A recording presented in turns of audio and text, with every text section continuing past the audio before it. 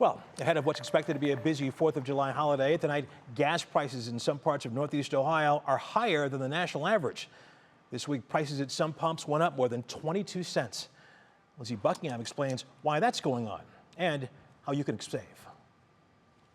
If you're headed out for the 4th of July holiday, you'll be one of more than 71 million Americans AAA predicts to hit the roads this week. But a recent spike in gas prices is causing a roadblock for drivers. Eventually, all you're doing is just paying for gas. You got to sit at home because that's all you're doing is to keep filling up. According to GasBuddy's Patrick De Haan, this recent surge is part of a price cycle we're especially feeling here in Northeast Ohio. Last week, a lot of stations raised their prices to $3.69 a gallon, which I believe is the high water mark now for 2024. De Haan says for a week or two, you'll see prices drop a few cents. And when that happens, the stations basically start selling gasoline at or below their cost.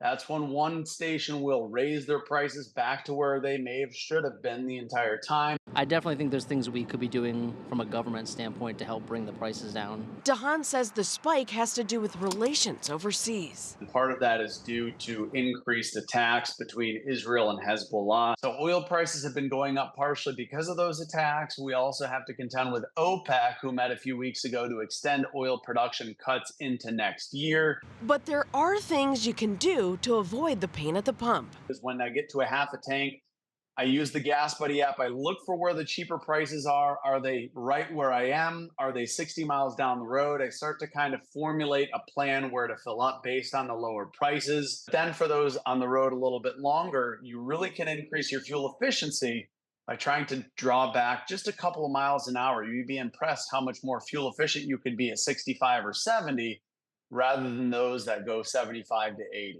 Meantime, for those who are staying put, there's always wishful thinking. I would love for it to be under $3 a gallon.